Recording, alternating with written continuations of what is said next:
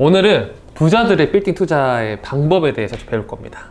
자산을 좀 키우는 구조, 부자들이 하는 이 빌딩 투자의 이 로직이 다른 이 작은 부동산을 투자하는 거랑 똑같아요. 10억대 투자하는 거랑 이 1000억대 투자하는 거랑 동일합니다. 그래서 이 로직 자체가 제일 중요하니까 이런 메커니즘 파악하기 위해서 오늘의 주제는 부자들의 빌딩 투자 방법과 이 자산을 어떻게 키우는 건가, 그러니까 일반인과 어떤 차이점이 있을 것인가가 이제 주제예요. 오, 좋아요. 제가 이제 미팅을 하다 보면 이제 고객분들을 만나잖아요. 그러다 보면 이러한 질문을 되게 많이 받아요. 아, 이렇게 대출을 받는 게 정상적인 건가요? 혹은 이제 대출을 이렇게 많이 받으면 나중에 이 자산 가치가 확 떨어져서 뭐 제2의 IMF가 와서 경매로 넘어가면 어떡하죠? 저도 이제 그렇게 질문을 받으면 실제 사례를 보여드리죠. 이제 가장 중요한 거는 실제 레퍼런스를 가지고 이렇게 매입하셨던 분이 이러한 방식으로 했고 이러한 메커니즘을 이렇게 건물에 매입을 했다, 이런 실제 사례를 보여주죠.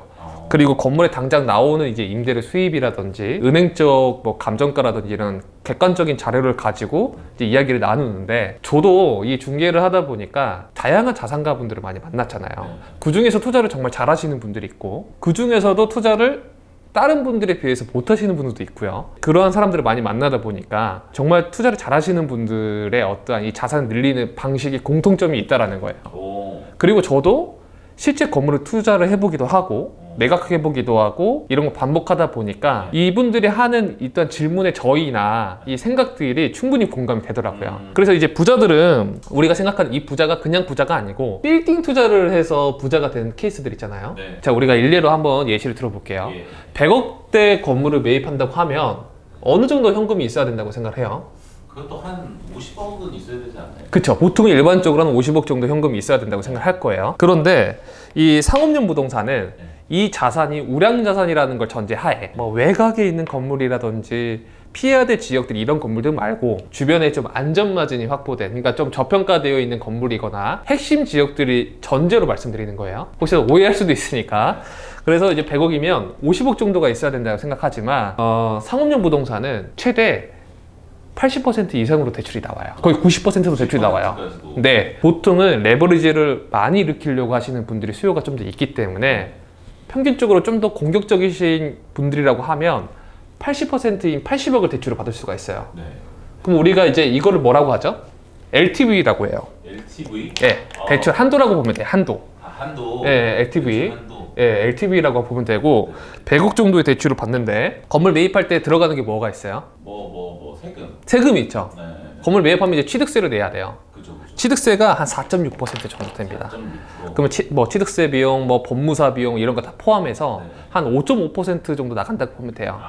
그래서 이제 한 5억 정도가 나가니까, 그래서 보통 내가 한 80% 정도 대출이 일으켰다라고 보면 매입가 대비 한 25%, 26%가 실제 에쿼티, 즉 자기 자본이 필요하다. 100억짜리 살려면 25억은 갖고 있어야 돼요. 그렇죠. 최소 25억은 갖고 있어야지만 이렇게 대출을 많이 받을 수가 있다. 근데 저렇게 대출 좀 세게 일으키면은, 근데 그 질문이 나올 것 같아요. 진짜 좀. 그럼요. 무섭다. 그럼요.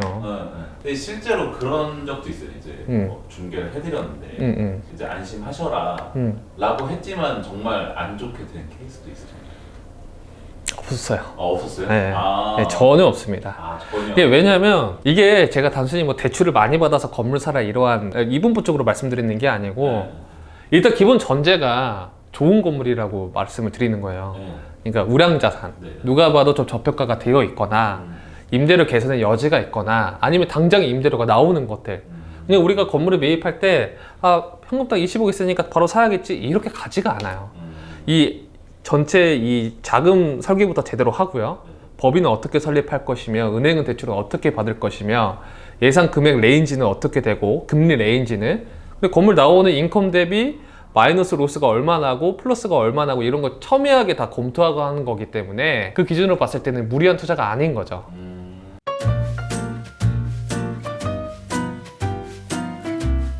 이제 LTV를 봤죠. 그럼 이제 현금이 한 25억에서 한 35억 정도가 필요한 거죠. 우리가 이렇게 건물을 매입했다고 가정해 봅시다. 저희가 건물을 매입할 때 80억을 대출을 해주는 이 기관은 은행이겠죠. 은행에서 저희가 이제 대출 감정이라는 걸 받고 대출 감정가 기준으로 대출을 해주는 거예요. 그러고 나서 한 몇 년이 지났어요. 건물이 130억 정도가 됐다는 걸 가정해 볼게요. 그리고 우리가 은행에서 대출을 받을 때는 감정가 기준이라는 걸 받아요. 그리고 이제 보통 2년에서 3년 정도를 하거든요. 은행에서 대출을 해줄 때는. 가계대출이 있고 거치식 대출이 있는데, 가계대출 우리가 흔히 알고 있는 아파트 대출 받을 때, 그쵸, 뭐 원금 분할상환, 원리금 분할상환, 이게 이제 가계대출인 거고, 이 상업용 부동산은 시설대 자금 혹은 담보대출이라고 하거든요. 근데 이거는 거치식이에요. 이자만 내는 거예요. 이자만 낸다. 그쵸, 이자만 내고 있는 겁니다. 그러면 향후에 2년 내지 3년 정도 뒤에 대환을 하거나 연장하는 시기가 있어요.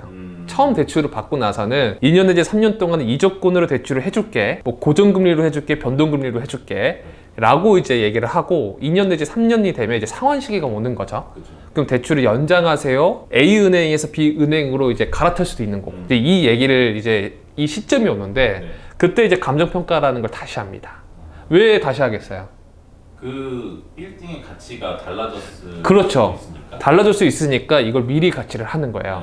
그러면 3년 정도 뒤에 감정가를 다시 한다고 가정해 봅시다. 그 당시에는 100억 가지고 80억 정도 대출을 받았어요. 근데 수년이 지난 뒤에 130억이 됐어요. 근데 대출은 그대로죠. 그럼 뭐가 달라졌죠? 그 가치가 달라졌죠. 이때는 LTV가 80%였는데 대출 금액은 그대로 있는데 감정가액은 늘어났죠. 그러면 LTV가 자연스럽게 60%로 떨어진 거예요. 똑같은 자산을 갖고 있는데도. 그러면 이 여신이라는 게 더 생기죠. LTV를 최대 80% 정도까지 받을 수 있었는데 시간이 지나면서 이 감정가액 자체가 올라가서 여신이 생겼잖아요. 그래서 이 여신이 정확히 뜻이 뭐예요? 여신이 대출을 해줄 수 있는 최대치. 최대의 이 맥시멈 치에서 60%니까 남는 20% 이 여신을 말하는 거예요. 남는. 그러면 그 20% 어떻게 좀 그래서 이거를 활용하는 거예요. 이 부자들의 빌딩 투자는. 그럼 예를 들면 그럼 똑같은 방법으로 갑니다. 이제 3년 뒤에 내가 열심히 또 돈을 벌었을 거 아니에요. 빌딩 투자를 할 수 있을 정도라면 내가 개인 비즈니스를 하거나 전문직 종사자거나 어쨌든 현금 흐름 자체가 인컴이 좋은 직업을 가지고 있을 거잖아요. 그럼 내가 벌었던 돈, 그리고 만약에 이 건물에 매입했다고 하면 들어오는 임대 수입이 쌓였을 수도 있고, 그리고 이 시간이 지남으로써 이 건물 가격이 좀 올라갔잖아요. 그래서 또 다른 건물을 매입을 합니다. 지금 130억의 80%는 104억 정도잖아요. 그렇죠. 그러면 한 예를 들어서 그냥 대략적으로 한 25억 정도 또 쓸 수 있는 거예요, 그러면? 그 여신은 또 쓸 수 있는데 이거를 이제 건물 자체에서 그대로 뽑아내는 것보다는 두 번째 건물 매입할 때 훨씬 더 좋게 활용할 수 있어요. 그럼 두 번째 건물 살 때 예를 들면 20%를 쓸 수 있다는 거예요? 그렇죠. 쓸 수가 있는 거죠. 어떻게 쓸 수가 있냐? 보통 저희가 LTV를 80% 정도 받으면 이게 100% 담보대출은 아니에요. 여기에 어느 정도 신용이 들어가요. 어느 정도. 네, 신용이. 그러니까 예를 들면 담보가 70%, 10%가 개인 신용이 들어가는 거예요. 근데 나중에 우리가 시간이 지나서 이 정도 LTV가 떨어져가지고 두 번째 건물을 매입했을 때 또 다른 건물을 100억에 매입한다고 가정해 봅시다. 그러면 똑같이 LTV를 80%를 받는 게 좋겠죠? 근데 그때 당시에는 제가 아까 방금 말씀드렸던 것처럼 개인 신용도가 들어가 있잖아요. 그 신용도를 이 담보 제공을 함으로써 더 좋은 대출 조건을 받을 수가 있는 거예요. 예를 들면 이 신용부를 나는 또 다른 담보가 있으니까 이 담보를 집어 넣으면서 이 신용도 충분히 커버를 할 수가 있고, 그리고 이 건물에서 나오는 임대료 수준이라든지 이런 것들도 다 감안을 했을 때 은행 쪽에는 더 훨씬 더 좋게 보는 거죠. 반대급부로 한번 생각을 해보는 거예요. 은행 입장에서 내가 건물을 처음 사는 사람을 해주고 싶겠어요? 아니면 두 번째 건물인데 내가 다른 건물도 갖고 있는데 이것도 우량자산이라서 여신은 조금 더 줄 수 있어, 내가 추가도 한번 줄게 하면 은행 쪽에서는 나중에 채권을 회수를 하는 게 명순이잖아요. 그럼 후자가 훨씬 좋겠죠. 그래서 두 번째 건물에 매입할 때 기존에 매입했던 이 여신을 활용해서 정말 많게는 90% 정도까지 대출도 받고 평균적으로 80% 이상으로 대출을 받으면서 두 번째 자산을 늘려나갑니다. 첫 번째 자산이 이러한 건물이 없다면 아파트를 많이 활용하는 거예요. 내가 건물을 매입하려고 하는데 대출을 조금 더 유리하게 받기 위해서, 특히나 이런 시장에는 금리가 많이 높잖아요. 근데 금리를 많이 낮추기 위해서 내가 갖고 있는 아파트를 같이 담보 제공을 해주는 거죠. 그럼 훨씬 더 유리하게 대출을 받을 수도 있고 훨씬 더 유리하게 금리에 대한 베네핏을 좀 얻을 수가 있는 거예요. 그래서 아파트가 아니면 보통 이렇게 흘러간다. 그래서 두 번째 건물까지 매입을 했어요. 그럼 이제 시간이 지날수록 그 다음부터는 이 자산이 복리 형상으로 많이 흘러가요. 기존의 건물을 한 개 갖고 있는 거랑 두 채를 갖고 있는 거랑 또 다를 거잖아요. 그죠. 만약에 똑같은 가치로 100억이라고 쳤을 때 100억에서 10% 증가되는 거랑 200억에서 10% 증가되는 거랑은 전혀 다른 개념이잖아요. 매년. 그럼 매년 복리로 상승하기 때문에 이 로직으로 이 자산을 늘려가는 거예요. 그럼 여기서 제일 중요한 건 뭐겠어요? 건물을 매입하고 나서 계속적으로 보유할 수 있는 핵심 자산인지 아닌지가 제일 중요한 거겠죠. 그러니까 건물을 보유하면서 당장 나오는 임대료 수준도 제일 중요하고, 그죠. 그리고 은행 쪽에서 되게 좋게 봐줘야 되잖아요. 건물이 주변 시세 대비해서 괜찮은 건지, 건물에 더 손댈 곳이 없는 건지, 임차사가 정말 괜찮은 업종인 건지, 이 상권이 어떤 건지라는 걸 다 분석을 하거든요. 그러니까 우량 자산을 선택하는 게 제일 중요한 거죠. 그래서 제가 많은 이 자산가분들을 많이 만나오다 보니까 이 메커니즘이 거의 동일하다. 동일해요. 근데 이건 어쨌든 희망편인 거고. 네. 80억 대출을 받았는데 건물 가격이 80억으로 떨어졌다. 네.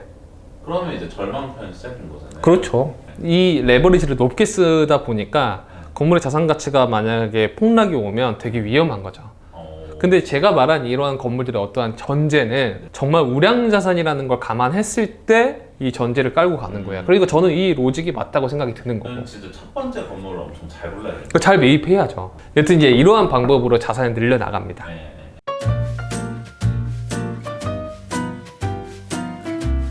실제로 제 고객분들 중에서도 이러한 분들이 거의 대다수예요. 이 메커니즘으로 흘러가요. 근데 여기서 뭐 건물이 막 갑자기 폭락이 오면 떨어지지 않겠느냐, 그러면 다 망하지 않느냐, 이 말도 맞지만 그렇지 않을 만한 건물로 매입하는 게 제일 중요한 안목이고, 그러한 안목이 탑재되고 투자를 잘 하시는 분들이 부동산 부자이신 분들이겠죠. 실제로 제 고객 중에 그 본모빈 로펌 하시는 대표님이 계시거든요. 그분은 투자 방식이 좀 달라요. 그냥 서울 핵심지도 보는데 외곽 지역도 보고 경기권하고 수도권도 봐요. 서울이 짱 아니에요? 그냥 서울이 짱일 수도 있는데 그분의 전략은 캐시카우 전략이거든요. 이분의 전략은 인컴이에요. 그러니까 예를 들어 매달 들어오는 이 캡레이트, 그러니까 수익률 자체가 되게 높은 자산들만 매입을 하는 거예요. 근데 그 우량 자산이 일반적으로 저희가 생각하는 강남이라든지 이런 데는 단가가 워낙 높고 요구 수익률 자체가 훨씬 낮거든요. 좀 어려워. 그러니까 수익률 자체가 되게 낮아요. 그렇기 때문에 외곽인데도 외곽 중에서도 좋은 입지, 그런 것들 있잖아요. 왜 저희가 뭐 신도시라든지 구도시라든지 지방 쪽 가보면 지방에서도 메인인 건물들, 그런 것들은 수익률이 높아요. 그런데 이분은 실제로 제 고객분이기도 하고 제가 건물을 매입해드렸던 고객분이시거든요. 근데 이분 같은 경우에는 이제 패밀리 오피스 법인을 만들어서 그러한 우량 자산들만 매입하는 거예요. 단 캐시카우 목적으로 현금이 들어올 만한. 그래서 실제로 300억 정도에 되는 건물을, 경기권에 있는 건물을 매입을 했고, 이 당시 매입했을 때 수익률이 6% 중반 정도 됐어요. 어느 정도 상위권인가요? 상당히 상위권이죠. 지금 강남은 한 3%가 3%에서 3.5% 정도 되면 이제 거래가 되거든요. 근데 지금 6%면 되게 높은 거예요. 그러면 대략적으로 월 인컴이 한 1억 5천에서 1억 8천 정도 사이가 나오는 거예요. 한 1억 7천 정도 나와요. 1억 7천. 그러면 반대적으로 생각을 한번 해보면 6% 중반으로 나오면 지금 그 임대사업자 대출금리가 한 4%에서 5% 정도 되거든요. 전체 레버리지를 100%를 땡겨 써도 돈이 남는 구조예요. 그렇잖아요. 이분법적으로 생각을 하면 우리가 전체 레버리지를 다 땡겨 써도 돈이 남는 구조예요. 그래서 이제 이분은 아까 제가 말씀드렸던 기존의 이제 부자들이 자산을 늘려나가는, 이 자산 늘려나가는 이 메커니즘 있죠? 거기에 플러스 전략 자체를 이제 현금 흐름으로 나오는 자산으로 늘려나가는 거예요. 실제 사례인 거고, 그래서 이러한 건물들을 시간이 날 때 기존에 있는 건물들하고 똑같이 공동담보를 엮어가지고 90% 이렇게 대출을 받아요. 근데 이거는 훨씬 더 유리하게 대출을 받을 수가 있죠. 왜? 건물에 나오는 임대료만으로도 대출이자를 다 낼 수 있잖아요. 그래서 유리하게 대출을 받고 정말 풀 레버리지를 일으켜서 85%든 90%든 대출이 일으켜서 자산을 늘려나가는 전략이에요. 근데 왜 이렇게 수익률이 높냐? 이제 이거에 대한 본질을 알아야 돼요. 강남은 왜 수익률이 낮냐면, 왜 낮을 거라고 생각하세요? 그냥 그 건물값이 너무 비싸니까 그런 거 아니에요? 근데 이거를 조금 더 다른 측면으로 바라보면 강남도 임대료가 비싸잖아요. 근데 건물 가격이 더 비싸잖아요. 그러니까 임대료가 이 올라가는 이 속도보다 손바뀜 속도가 훨씬 더 빠른 거예요. 거래량이 훨씬 더 빠른 거예요. 주변에 뭐 지방이라든지 이런 쪽들 보면 거래량은 적잖아요. 네. 근데 장사는 잘 돼요. 네. 그러면 임대료의 올라간 속도가 거래량보다 더 높겠죠. 그래서 수익률이 더 많이 나오는 거예요. 그래서 거의 외곽 쪽이나 수도권, 경기권 이런 쪽은 뭐 6%에서 많게 7% 이렇게도 나온다. 근데 이 건물의 단점이 있어요. 우리가 건물을 투자하는 이유가 두 가지가 있거든요. 첫 번째는 어쨌든 건물 가격 올라가지고 그거 차익을 얻는 거랑 그쵸. 아니면 임대 수익 맞아요. 저희가 두 가지가 있는데 첫 번째는 이제 임대가 있고 임대 수입이 있고 두 번째는 처분 소득이 있죠. 시세 차익. 이건 이제 시세 차익이죠. 근데 이러한 건물은 나중에 건물을 우리가 매각을 했을 때 처분 소득 자체가 되게 낮다라는 거예요. 아, 왜? 건물 가격 많이 안 올라가니까. 서울 외곽에 있고 경기권에 있기 때문에 네, 네. 경기권에 있는 건물을 300억대 건물에 매입한다. 이건 쉽지 않잖아요. 그죠. 그래서 처분 소득은 떨어질 수 있다. 단 임대 소득이 꾸준하게 들어오기 때문에 캐시카우 목적으로는 되게 좋다. 그래서 이러한 전략이 있습니다. 그래서 이건 실제 제 고객분이 이렇게 하고 있는 상황인 거고 지금 제가 이 고객분을 안 지가 거의 한 8년, 9년 정도 됐는데 네. 지금 이제 자산을 한 3, 4년 정도 동안에 한 3, 4개 정도를 매입하고 매각을 했어요. 그래서 시간이 지나가면 지나갈수록 임대료의 가치는 올라가니까 어느 정도의 처분 소득은 발생을 하지만 네. 강남이나 핵심지만큼은 떨어진다. 그래도 이제 이분들의 방식은 3년 내지 4년 정도 됐을 때 특히나 금리가 좀 떨어졌을 때 그때마다 자산을 매각하고 다시 리밸런싱하는 전략으로 가는 거죠. 그럼 경기권 외곽 네. 건물들은 그 건물 가격이 떨어지는 경우는 없나요? 건물 가격이 떨어지는 경우가 있죠. 그분 거는 떨어진 적 없어요? 이분 건 떨어진 건 없는데 그만큼 그 우량 자산들 속에서도 뭐 그 지역에서는 핵심 지역에 매입을 하기 때문에 떨어지거나 이 공실 리스크가 그렇게 낮진 않죠. 근데 떨어지는 경우가 있어요. 건물 자체가 노후도가 됐을 때 좀 떨어지긴 합니다. 아, 이거는 기본적인 이 전제인 건데 이 강남이나 이런 쪽은 막 20년, 30년 된 건물들도 땅의 입지에 대한 가격을 책정하기 때문에 건물의 가치는 사실 크게 의미가 없거든요. 근데 핵심지 외곽 쪽에 있는 쪽들은 임대료를 잘 받으려면 뭐가 필요해요? 어쨌든 그래도 좀 깔끔해야. 그쵸. 이게 저희가 주변에 신도시들 보면 처음 분양할 때 제일 비싸죠. 아, 그래요? 그 이유가 건물이 새 거이기 때문에 그래요. 첫 건물에 첫 입주를 했을 때 가장 높은 임대료를 받을 수가 있거든요. 근데 시간이 지나가면서 건물의 준공연도가 노후도가 떨어졌을 때 그때 건물 가격이 많이 떨어집니다. 그리고 두 번째로는 이 지역들, 이제 지방에 있는 건물들 자체가 주변의 호재에 의해서 뭐 일자리가 안 들어온다 이런 것들 있잖아요. 이런 거에 좀 좌지우지 되기도 하고요. 그래서 이럴 때 이제 건물 가격이 좀 떨어진다고 볼 수가 있죠. 그래서 보통 이 두 가지 방법으로 많은 자산가 분들이 자산 증식을 하고 있다. 그리고 보통 이 두 가지 로직에서 크게 벗어나지가 않아요. 제가 생각했을 때 이 그릇이라는 게 다 존재한다고 생각하거든요. 저 또한 건물 투자를 했을 때 레버리지를 막 일으키거나 다른 자산가 분들 레버리지를 일으키거나 했을 때 그게 첫 번째 투자가 마지막 투자일 거라고 다 생각을 안 해요. 처음에는 이 정도 대출을 받아가지고 내가 어떻게 갚지? 하다가도 이제 건물에 매입하고 나서 이 생각의 확장이라든지 경험의 확장이 되면서 이 그릇 자체가 좀 더 커지고 처음에는 50억 대출 받았을 때 벌벌 거렸던 게 나중에는 100억, 200억 이렇게 대출을 받을 수 있는 그릇 자체가 많이 늘어난다고 저는 생각을 하거든요.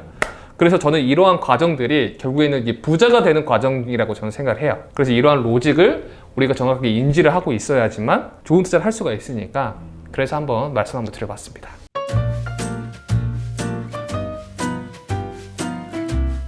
그러면은 저희가 예시로 일단 100억으로 스타트를 끊었잖아요.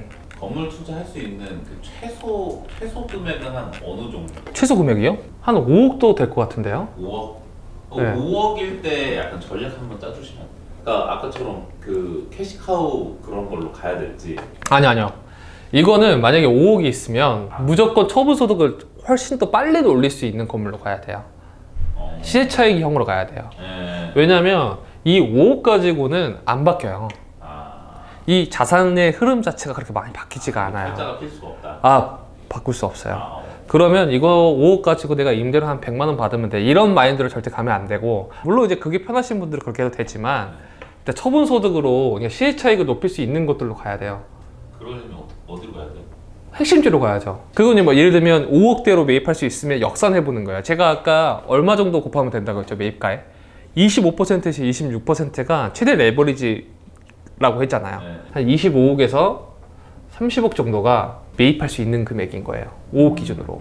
그럼 25억에서 30억 정도의 사이즈가 들어갈 만한 상권들이 좀 있거든요. 네. 예를 들면 여러 가지가 있겠죠. 종로가 될 수도 있고, 그 다음에 뭐 연남동이 될 수도 있고, 마포가 될 수도 있고, 을지로가 될 수도 있고, 그리고 외곽 지역들 있잖아요. 네. 그러한 건물들, 상권들 속에서도 알토란 같은 건물들, 그러니까 안전마진이 확보된 건물들을 찾아야죠. 그러려면 많이 공부를 해야겠죠. 그러니까 이런 것들이 있어요.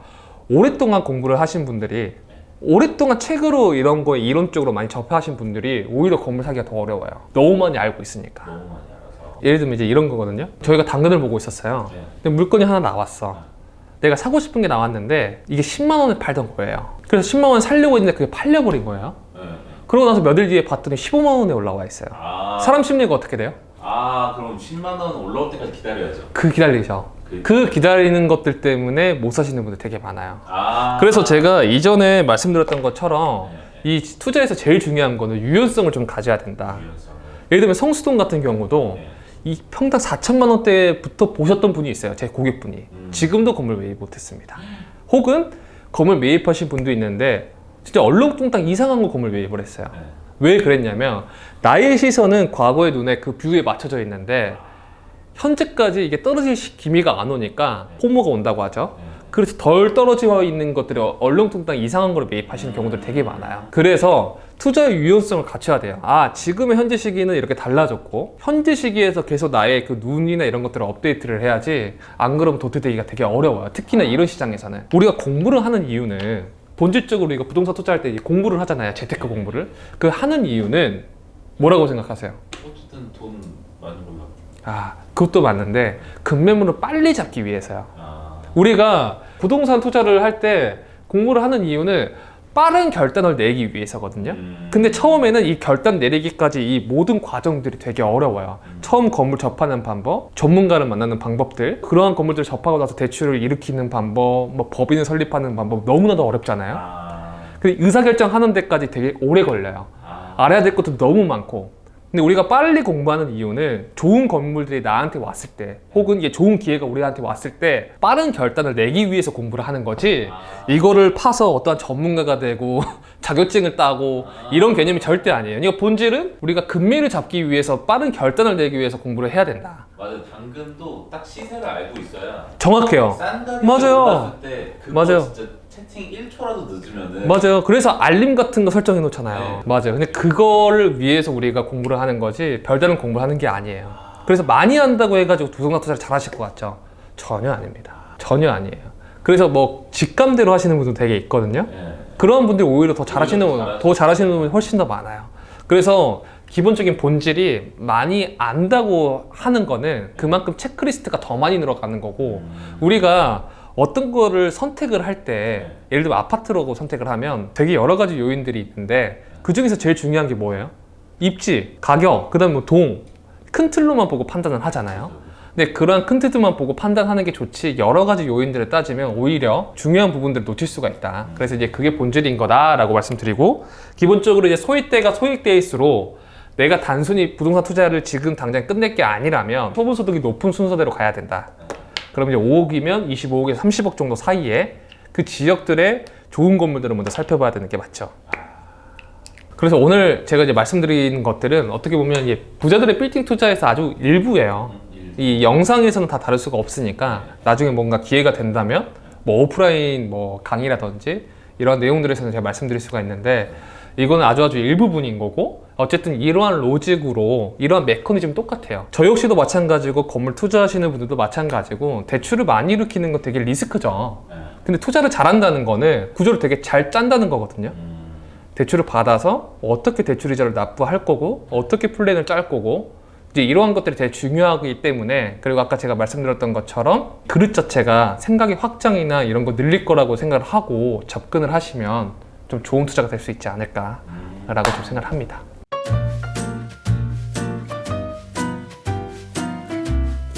그래서 뭐 이러한 내용들을 좀 최대한 알기 쉽게 말씀드리려고 하는데 보시는 분들이 궁금하신 점이 있으면 뭐 DM이나 댓글 남겨주시면 참조하도록 하겠습니다. 오늘은 여기까지 하도록 하겠습니다.